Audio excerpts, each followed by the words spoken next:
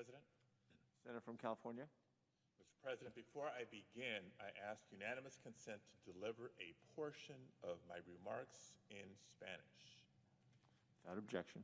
Thank you very much. In Spanish we say en español, but I know you know that from Colorado. Mr. President, I rise today as we mark the beginning of Hispanic Heritage Month to reflect on a historic leader whose work inspires me in this fight for voting rights and the work that we have before us. Willie Velazquez, recipient of the Presidential Medal of Freedom, dedicated his life to improving the freedom to vote in Latino communities. Everywhere he went, he brought a simple motto. You might have heard it. Su voto es su voz. Your vote is your voice. Willie Velazquez was born in 1944 and grew up in a Latino community in Texas which suffered from the harms of segregation, redlining, and government neglect. He understood that the path to greater recognition for Latinos was through participation in our democracy. And so Willie set out to make sure Latinos across the Southwest could participate. In 1974, Willie Velazquez founded his groundbreaking organization, the Southwest Voter Registration Education Project. Through his efforts, Willie helped bring the vote and a powerful voice to many Latino communities. Now, Willie's successes were built on the hard-earned victories of past civil rights leaders.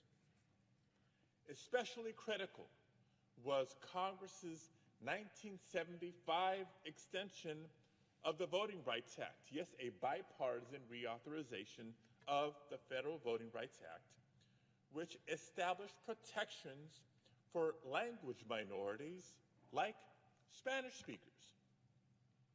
In just 10 years, with Willie's and other activists' hard work on the ground, the number of Latinos registered to vote nearly doubled. And in the same 10 years, the number of Latinos holding elected office also nearly doubled. That is the power of the freedom to vote and the power of what we can do here in this Senate, here in Congress. Give every American a voice in our democracy. Now, in his time, Willie fought to do exactly this. Like generations of Americans of all ages, colors, and creeds, and genders that came before him, their efforts reflect a fundamental truth about our country. We are stronger when more Americans can vote. We are stronger when all communities have a say in government. But the path to realizing our highest ideals has never been easy. From a convention hall in Seneca Falls to a bridge in Selma, from Willie's home in San Antonio, Texas, to this very chamber. The voting rights victories of each generation have been hard fought and hard won. And it is no different today. In recent months, we've seen the latest challenge to the core of our democracy. Scores of new laws proposed by Republican state legislatures to target the past 5 decades of gains in voting rights. Cynical politicians spreading false claims of voter fraud because they fear losing in a fair election. You can see the danger of it even in my home state of California, where just yesterday we held a recall election. Republicans ran a campaign of disinformation, spreading baseless claims of massive voter fraud before the polls even closed, before they even opened, and long before a single ballot was even counted. It's straight out of Donald Trump's playbook, the same playbook that perpetuated the big lie and fueled the domestic terrorism that the world witnessed on January 6th. And it's no coincidence that these cynical claims of voter fraud are often targeted at communities of color. In the face of these challenges, we must overcome together again. We must renew our collective fight for our democracy. It is up to us. The time is now to get the job done. Mr. President, it's an honor to lead the Freedom to Vote Act alongside my colleagues, Senator Klobuchar, Senators Merkley, Warnock, Manchin, King, Tester, and Kane. The Freedom to Vote Act will make it easier for all eligible citizens to register to vote and to cast their ballot. This bill will set a baseline of protections for voters across the country with common sense, proven reforms that have already been successfully implemented in blue and red states across the country. I urge all of my colleagues to join us and vote to strengthen our democracy.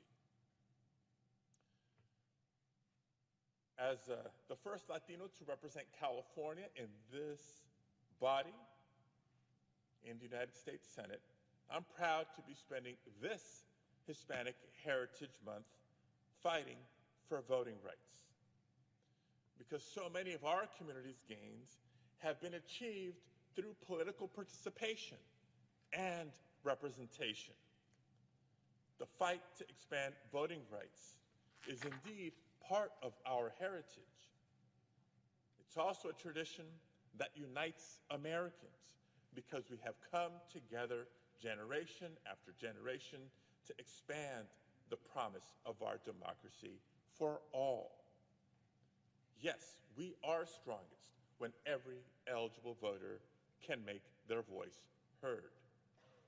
Your vote is your voice. Su voto es su voz.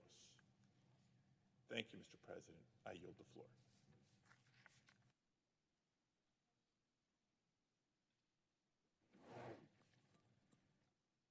I thank my colleagues and Senator Padilla, your great experience as Secretary of State and how that has assisted us in coming together in this bill. Senator Warnock, the passion and first-hand experience you have in Georgia.